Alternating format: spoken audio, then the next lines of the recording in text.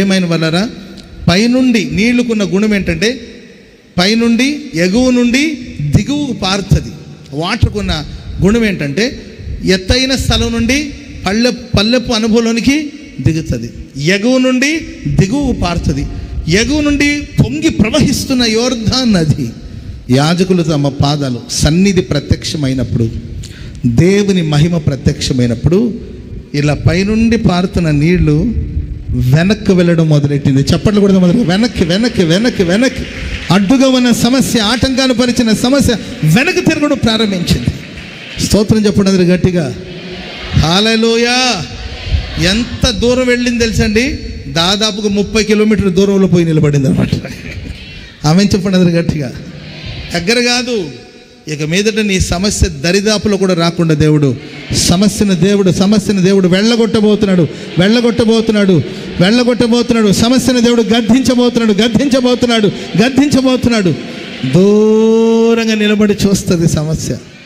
Phone చేయడం ఏంటి, వాళ్ళ దగ్గర నీవేదో మాట్లాడడం ఏంటి, వాళ్ళేదో ఫోటో పంపడం అంటే ఏంటి, నీ వాళ్ళకి ఫోటోలు పంపించే వాళ్ళెవరు మనం ఎవరు, ఫేస్బుక్లో పరిచయం వాళ్ళెవరు మనం ఎవరు.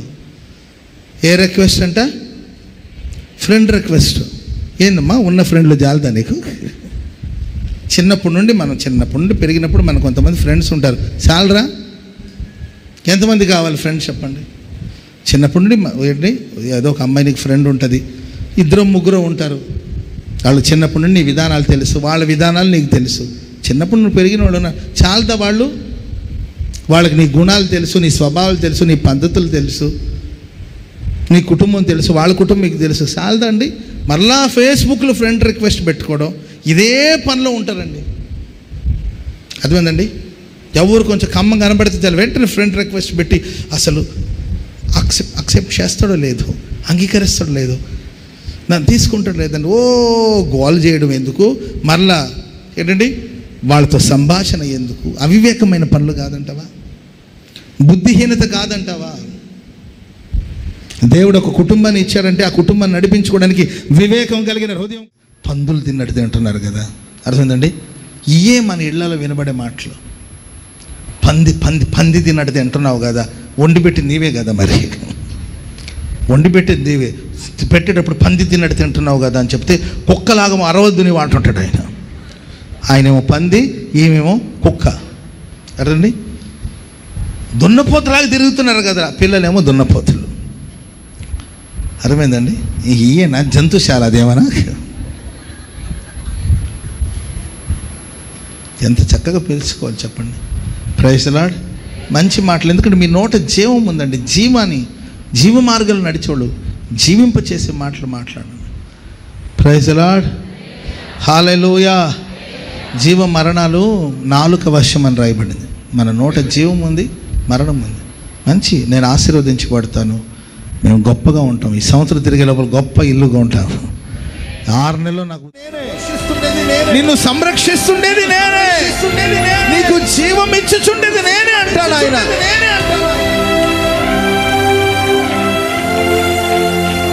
మనం మారిపోతున్నా కూడా ఆయన ప్రేమ ఎన్నడూ మారలేదు. మనం మారిపోతాం.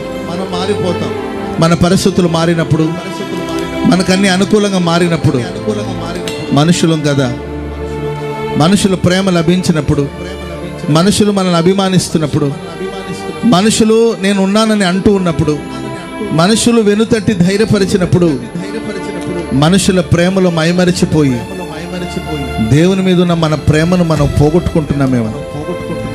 మనుషులు మోసం చేసినప్పుడు, మనుషులు చేయి విడిచినప్పుడు, మనుషులు మనల్ని అవమానపరిచినప్పుడు, నేనున్నానన్న వాళ్ళే మనకు వ్యతిరేకంగా లేచినప్పుడు కృంగిపోయి దేవుని వైపు చూడగలిగితే దేవుని ప్రేమ నీ గుండెలో దూసుకొని వెళుతుందంటే అయినా పర్వాలేదు, ఓర్చుకుంటాను. స్తోత్రం చెప్పండి అందరు గట్టిగా, చెప్పండి గట్టిగా. హల్లెలూయా, హల్లెలూయా. కష్టపడి పెంచి పెద్ద చేసి పిల్లల్ని విదేశాలకు పంపిస్తే వాళ్ళ నాన్న గుండెపోటు వచ్చి హాస్పిటల్ పాలయ్యాడండి. వాళ్ళ బాబుకి ఫోన్ చేస్తే, అన్న టికెట్ ఎక్కువగా ఉంది, కొంచెం టికెట్ మామూలుగా 1,00,000 రూపాయలు అయితే వచ్చేస్తుంది టికెట్, కానీ ఒక 1,25,000 రూపాయలు ఉందన్న టికెట్, అందుకోసమే చూద్దాంలే వీలైతే వస్తానని అంటున్నాడు. వాళ్ళ నాన్న గుండెపోటు వచ్చి హాస్పిటల్లో ఉన్నాడు. ఇక కష్టమని డాక్టర్లు చెప్పారు. ఇక సర్జరీ చేసిన కష్టం, ఇక ఆపరేషన్ చేసిన కష్టమే అని డాక్టర్లు చెప్పారండి. ఇక రోజుల మనిషి ఫోన్ చేసి వాళ్ళమ్మ, అరే ఒక్కసారి రారా, నేను చూడాలని అనుకుంటున్నాడు.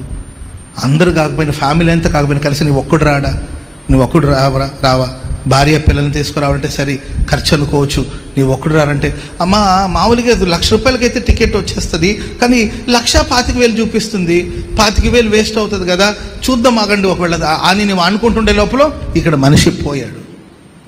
డబ్బు ముఖ్యమా?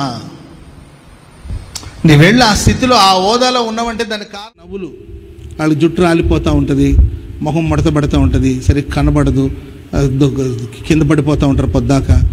వృద్ధాప్యపు ఛాయ వచ్చేసరికి ఇవన్నీ కనబడుతుంది. వాళ్ళని చూసి మనకు నవ్వు వస్తుంది. ముసలోళ్ళని చూసినప్పుడు నవ్వు వస్తుంది. వాళ్ళని ఎగతాళి చేస్తాం, వాళ్ళు పాడడం ఎగతాళి చేస్తాం, వాళ్ళు మాట్లాడడం ఎగతాళి చేస్తూ ఉంటాం. తృణీకరించొద్దు పెద్దవాళ్ళని. ప్రైజ్ ది లార్డ్, హల్లెలూయా. చెట్ల నుండి ఎండిపోయిన ఆకులన్నీ రాలిపోతున్నాయంట, లేతాకులేమో కళకళాడిపోతూ ఈ లేతాకులన్నీ నవ్వుతూ ఉన్నాయంట ఆ రాలిపోతున్న ఆకులను చూసి.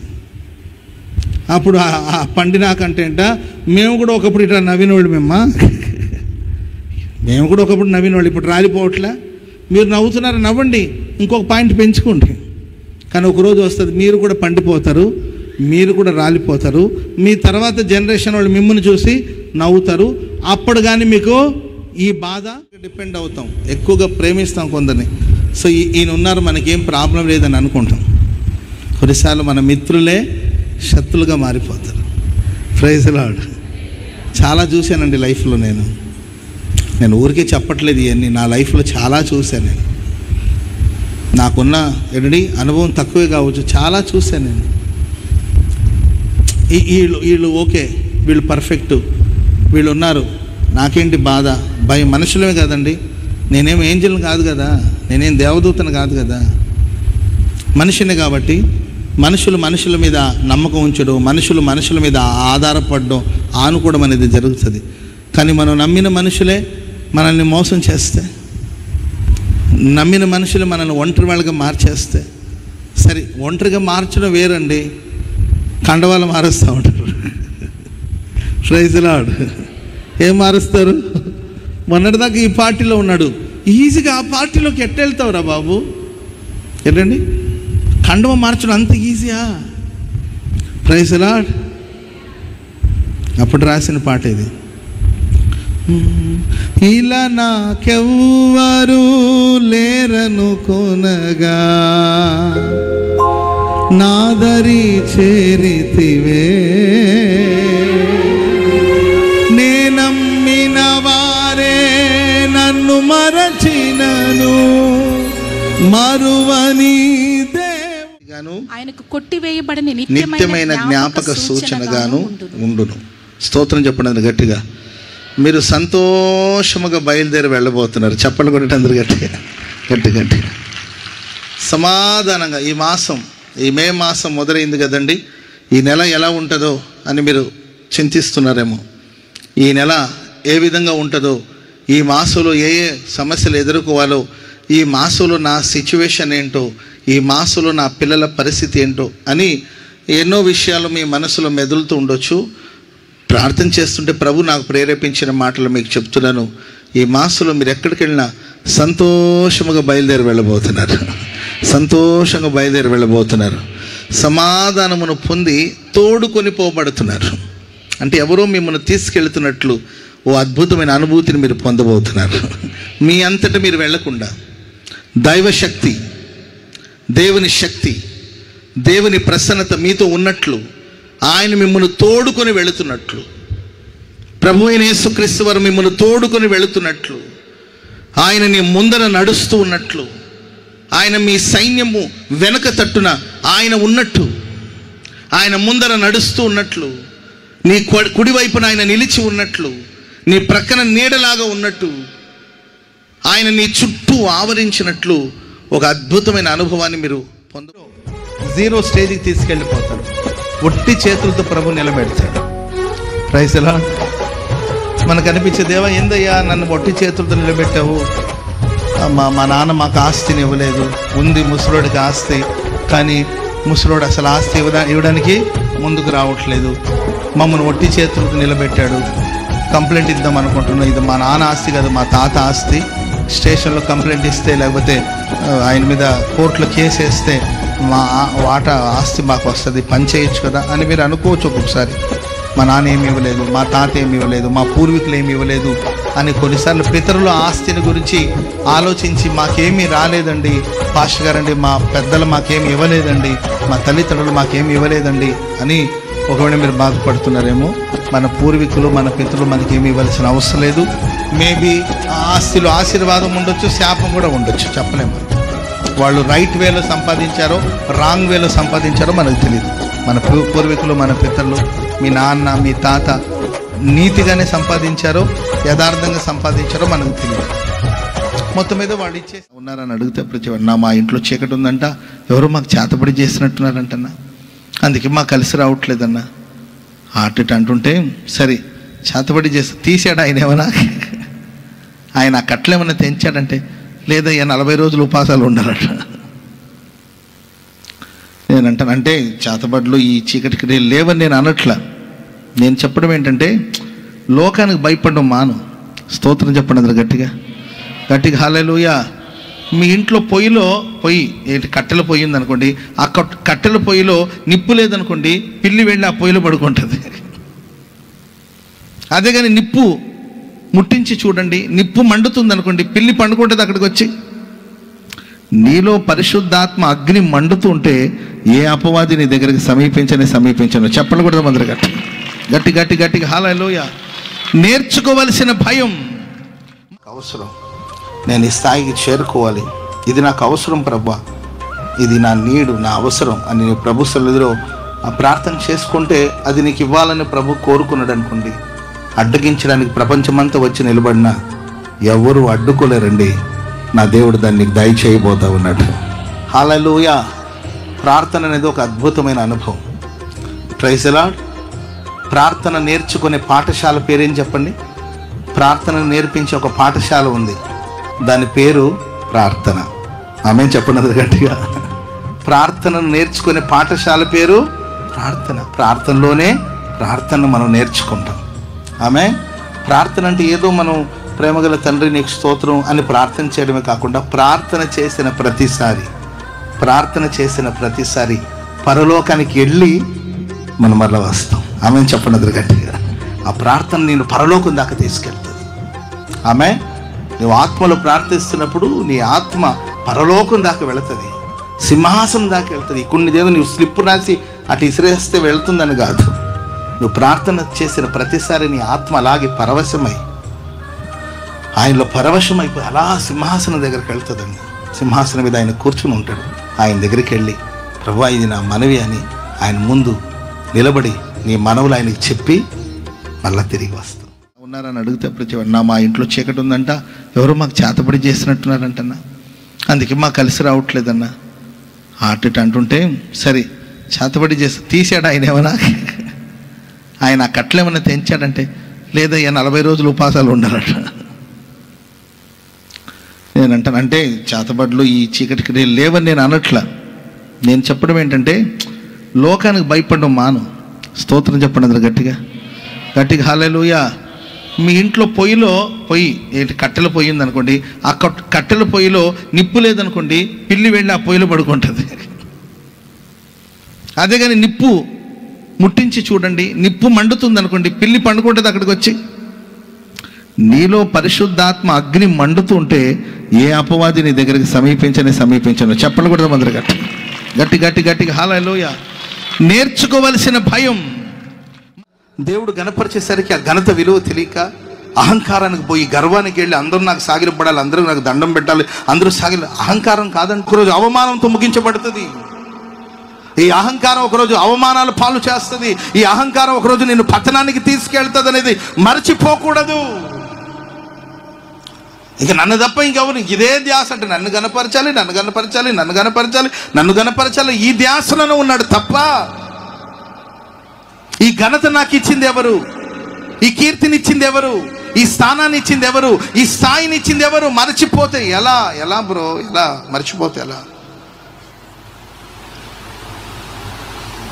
రాజు సముఖానికి వెళ్ళిన నన్ను తప్ప ఇంకెవరు గనపరచండి.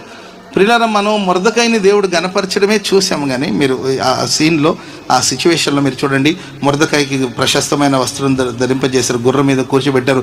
ఆ ఊరేగి వాడిని చూస్తున్నారు. కానీ ఆ ఊరేగి ముందు ఒకడు పోతున్నాడు. ఎవరండి ఆయన? చెప్పాలి, ఎవరైనా? చచ్చిపోయి ఉంటాడు అవమానానికి.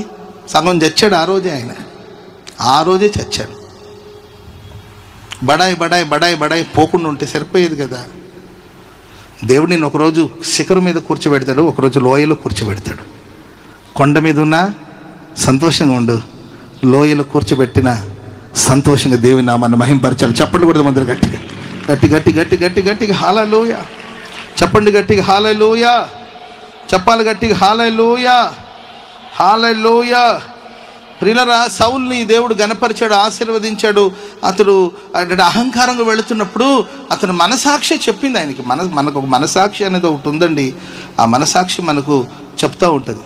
మనసాక్షి మనకు చెప్తుంటుంది, తప్పురా, ఇది తప్పు. ఒక వ్యక్తి ఇవన్నీ ఒట్టివే, ఇవన్నీ ఒట్టివే, పునరుద్ధానాలు ఇవన్నీ చెప్తుంటారు, అన్నీ ఒట్టి మాటలు ఇవన్నీ. ఇది కాదని నేను ప్రూవ్ చేస్తాను. పునరుద్ధానం అనేది లేదు, యేసు తిరిగి లేచాడు అనేది అవాస్తవం, దాంట్లో సత్యం లేదు, దాన్ని నేను ప్రూవ్ చేస్తానని యెరూషలేము బయలుదేరాడంట. సరే, వీళ్ళకి సంబంధించిన బ్యాచ్ అంతా ఉంటుంది కదండి. వాళ్ళు అన్నారంట, ఎంత ఖర్చైనా పర్వాలేదు మేము ఇస్తాం, వెళ్ళు. పునరుద్ధానం అనేది అబద్ధం, యేసు ప్రభు తిరిగి లేవలేదని నువ్వు ప్రూవ్ చేయి, దానికి ఎంత ఖర్చైనా పర్వాలేదు, అధ్యయనం చెయ్యి, ప్రతి చోటుకు వెళ్ళి విచారించు, అన్ని గమనించు అని ఆయనకి చెప్పడం జరిగిందండి. ప్రత్యేకంగా ఇజ్రాయెల్ దేశానికి వెళ్ళి యేసు ప్రభు సంచరించిన ప్రదేశాలు, ఆయన పుట్టిన ప్రదేశాలు, వాటన్నిటి గురించి ఊరికే ఏదో చూసి చెప్పడం కాదండి, ప్రతీది కూడా అధ్యయనం చేసి చివరికి ఆయన ఒక పుస్తకం రాశాడండి. చివరికి ఆయన ఒక పుస్తకం రాశాడు. ఆ పుస్తకం పేరు వచ్చేసి ఊ మూడ్ ద స్టోన్ అని, ఎవరి రాయిని దొర్లించారు అని ఒక పుస్తకం రాశాడు. ఆ పుస్తకంలో ఆయన ఏమని రాశాడంటే, యేసు పుట్టింది వాస్తవం, యేసు ప్రభు జీవించింది వాస్తవం, యేసు ప్రభు మరణించింది కూడా వాస్తవం, యేసు ప్రభు తిరిగి పునరుద్ధానుడే లేచాడనేది కూడా వాస్తవం అని ఆయన ఒక పుస్తకంలో రాసి అందించాడు. స్తోత్రం చెప్పండి అందరూ గట్టిగా. అనేకులు సాక్షులు దానికి. ఆమెన్ చెప్పండి అందరూ గట్టిగా గట్టిగా హల్లెలూయా. ఎందరో యేసు ప్రభు పునరుద్ధానాన్ని గురించి ఎన్నో అనుమానాలు, ఎన్నో సంశయాలు పెట్టుకుని, ఎన్నో అనుమానాలతో ఆర్ఆర్కే మూర్తి గారు అంటారు, బైబిల్లో ఉన్న తప్పులు వెతుకుదామని నేను బైబిల్ చదివానని. ఆర్ఆర్కే మూర్తి గారు ప్రియులారా, ఆయన బైబిల్ ఎందుకు చదివారంటే, బైబిల్లో ఉన్న తప్పులన్నీ చూసి ప్రపంచానికి చెప్పాలని బైబిల్లో తప్పులు వెతుకడం ప్రారంభించారంట. వారే సాక్ష్యం ఇస్తారు. బైబిల్ చదువుతూ ఉంటే బైబిల్ ఉన్న తప్పులు కాదు కదా, నా తప్పులన్నిటిని బైబిల్ నాకు చూపెట్టాడు. ఏంటండి ఆ ఫోన్లో చెప్పమా అని అన్నాడు. అప్పుడు అవతల నుండి స్వీట్గా మాట్లాడుతుంది, ఎక్కడున్నావు అని. అన్న దగ్గర ఉన్నాను కానీ ఫోన్ అప్పుడు నేను అడిగి, ఎవరన్నా స్వీట్ అంటే మా ఆవిడ. ఆమె పేరు పలానా కాదన్నా అంటే మా ముద్దు పేరు అన్న స్వీట్ అని. మరి ఆమె కూడా నీకు ఏదో ముద్దు పేరు పెట్టుంటే కదంటే బుజ్జోడా అంటే. Praise Lord. మరి ఈ పేర్లు ఎవరికైనా తెలుసా అన్న అంటే, ఎవరికి తెలియదన్నా, ఆమెకి నాకే తెలుసు, పిల్లలు కూడా తెలియదన్నా, అనుకోకుండా నీ చేతికి దొరికానన్నా నేను అందరికి చెప్తాను లేనా, ఏం బాధపడదు. Praise lord. దేవుడు మనకు ఒక ముద్దు పేరు పెట్టుంటాడండి, అది ప్రపంచంలో ఎవ్వరికి తెలియదండి.